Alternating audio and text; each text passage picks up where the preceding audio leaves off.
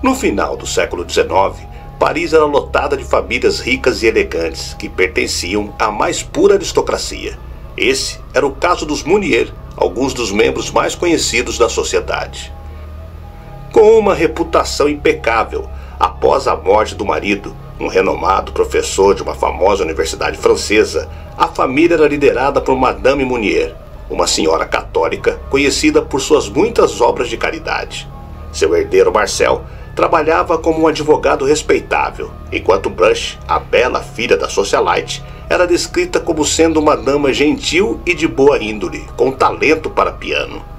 Ela tinha um mundo ao seu alcance, reputação e riqueza.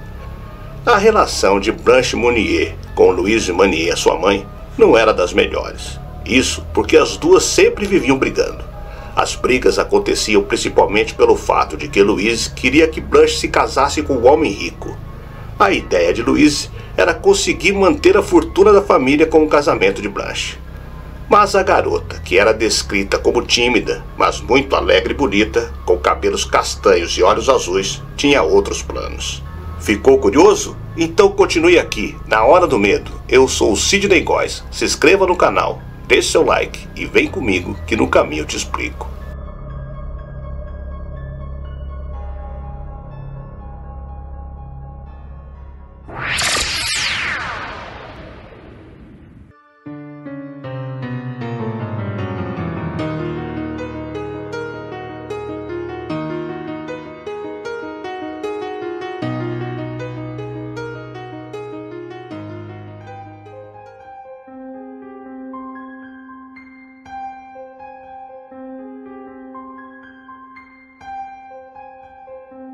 Em maio de 1901, o procurador-geral de Paris recebeu uma carta inesperada declarando que uma importante família da cidade mantinha um segredo sujo. Apesar do bilhete escrito à mão estar sem assinatura ou indícios de quem o escreveu, ele decidiu investigar imediatamente o ocorrido devido aos detalhes cruéis e perturbadores. Entretanto, quando a polícia chegou à propriedade dos Mounier, eles passaram por um difícil dilema. Será que realmente havia algo estranho com a rica família que tinha reputação impecável? Madame Mounier era conhecida na alta sociedade parisiense por suas obras de caridade. Ela até recebeu um prêmio e reconhecimento por suas generosas contribuições. Já o filho dela chamava Marcel. Porém, os Mounier tinham um terceiro membro na família. Se tratava de Blanche, a belíssima filha da socialite que ninguém via há 25 anos. Descrita como gentil e de boa índole, a jovem simplesmente desapareceu no auge de sua juventude. Mas na época, ninguém parece ter pensado muito nesse episódio estranho, e logo a família passou a viver como se nada tivesse acontecido. A polícia fez uma busca habitual na propriedade dos Mounier, e não encontraram nada fora do comum. Pelo menos, era isso que pensavam, até alguém notar um horrível odor vindo de trás de um dos quartos, no andar de cima. Após uma investigação minuciosa, descobriram que a porta havia sido trancada com um cadeado.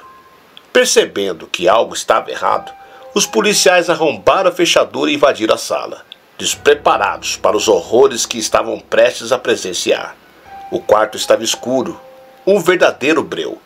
A única janela havia sido fechada e escondida atrás das cortinas grossas. O cheiro ruim do cômodo era tão avassalador que um dos policiais ordenou que uma janela fosse aberta imediatamente. Quando a luz do sol adentrou o local, eles notaram que o odor horrendo vinha dos restos de comida apodrecendo no chão ao redor de uma cama decrépita, na qual uma mulher estava acorrentada. Aquela foi a primeira vez que Blanche Mounier viu o sol em mais de 2 décadas. Ela estava completamente nua e amarrada na cama desde seu misterioso desaparecimento. Incapaz de levantar para se aliviar, a mulher estava coberta por seus dejetos e cercada por vermes que haviam sido atraídos pelos restos podres. Os policiais ficaram tão impressionados com o cheiro de sujeira e a decadência do lugar que não conseguiram ficar lá por mais de alguns minutos, enquanto Blanche sobreviveu ao local por todos esses anos. Assim, ela foi imediatamente levada para um hospital. Já sua mãe e seu irmão foram presos. A equipe hospitalar relatou que, embora ela estivesse terrivelmente desnutrida, pesando apenas 15 quilos quando foi resgatada, Blanche apresentava bastante lucidez. Conforme sua história ganhou notoriedade, descobriu-se que o motivo de Blanche ser mantida em cativeiro por sua própria mãe. Na época, a jovem tinha finalmente encontrado um pretendente que lhe agradasse, mas ele não era o tipo de pessoa que uma família aristocrata esperava. Muito pelo contrário, era um advogado pobre e bem mais velho que a jovem socialite. Embora sua mãe insistisse na escolha de um marido adequado, Blanche se recusou. Em retaliação, Madame Monnier trancou a filha em um quarto com cadeado até que ela cedesse à sua vontade. Mas a paixão da moça falava mais alto que a imposição da matriarca. Com isso, os anos foram se passando, mas a jovem se recusava a desistir. Mesmo depois que o escolhido dela morreu, fato que ficou longe de seu conhecimento, Blanche continuou trancafiada no quarto, tendo apenas ratos e piolhos como companheiros. Ao longo das 2 décadas, nem seu irmão, nem quaisquer dos empregados da família levantaram um dedo para ajudá-la.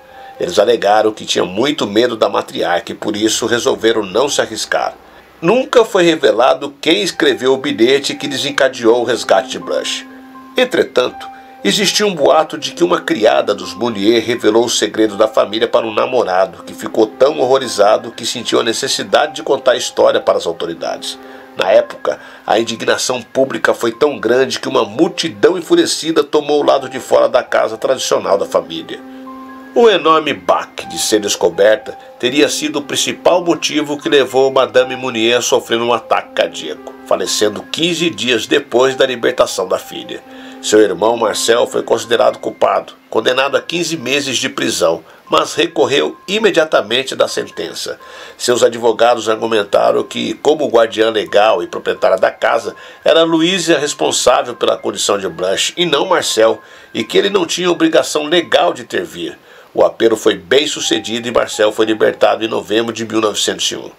Mesmo com Blanche libertada de uma vida de sujeiras e abusos, o dano causado a ela foi demais. Ela nunca seria capaz de retornar ao que era antes. Após o resgate, ela precisou aprender a comer com utensílios, a usar o pinico ou até mesmo a conversar.